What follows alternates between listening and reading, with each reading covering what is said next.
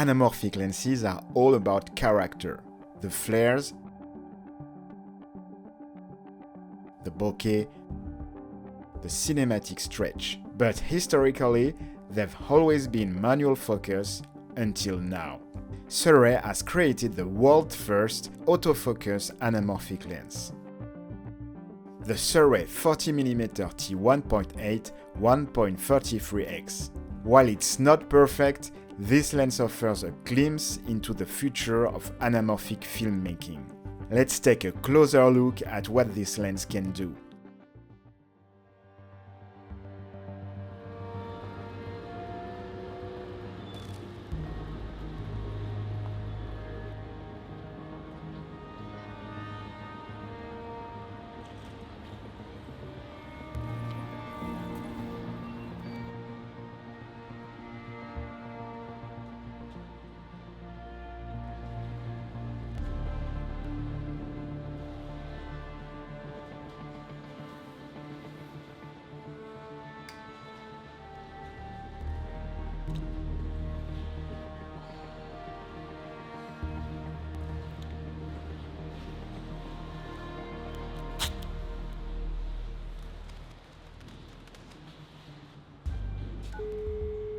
You have one new message.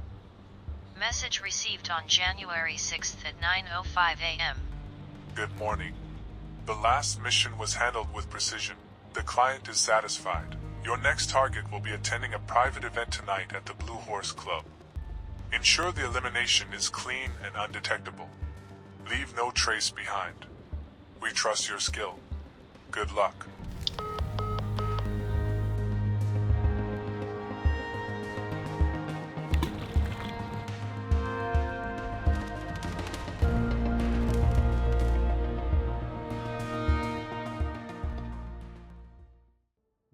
The headline feature here is autofocus, something we've never seen in any anamorphic lens before. For solo filmmakers, this is a game changer. In good lighting, the lens performs well, locking into subjects quickly with minimal hunting.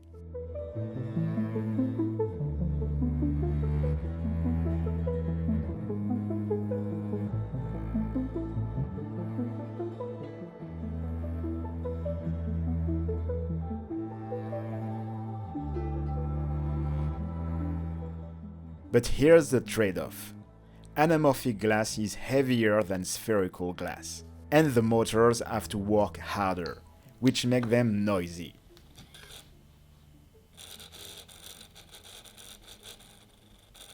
If you're shooting in quiet environment or relying on on-camera audio, this could become a challenge.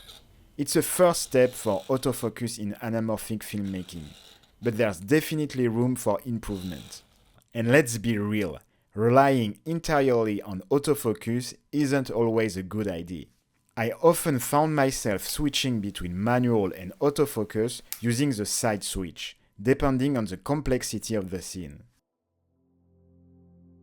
The minimum focus distance of this lens is 60 cm, which is pretty standard for anamorphic lenses.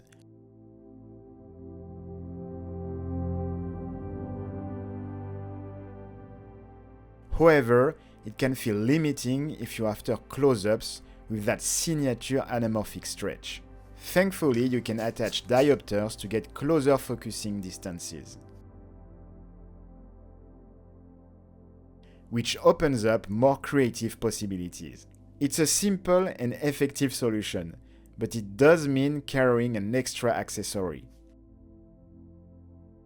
The lens is made for Super 35 sensors, but the good news is that on full frame I didn't see any vignetting.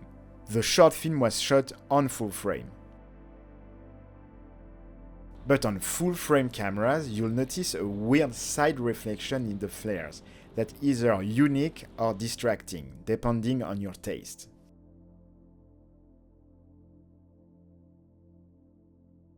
Switching to Super 35 mode eliminates this issue, giving you a more classic anamorphic look. Keep in mind that the flares aren't super aggressive.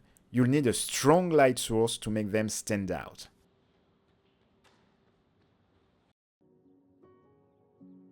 When it comes to bokeh, this lens has a unique character.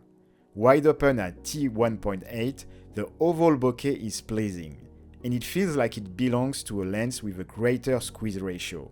But sadly, an octagonal bokeh pattern becomes visible. In terms of sharpness, the Sirui 40mm does an impressive job. The center of the frame holds up well, even wide open at T1.8. Here's where the 1.33x squeeze factor becomes divisive. It gives you subtle anamorphic deformation, but it's not as dramatic as the 2x squeeze found in more expensive lenses. This makes it feel more like a hybrid between anamorphic and spherical. It's still a very good starting point for filmmakers exploring anamorphic shooting. The Sirui 40mm is far from perfect. The noisy motors, the quirk with flares, and the less dramatic anamorphic look won't please everyone. But despite these flaws, it's an exciting step forward. Autofocus in an anamorphic lens is a huge innovation, making this lens great for solo filmmakers. It's not a purist's lens, but for anyone looking to dip their toes into anamorphic filmmaking, it's an accessible and versatile option. Autofocus anamorphic is here, and it's only going to get better.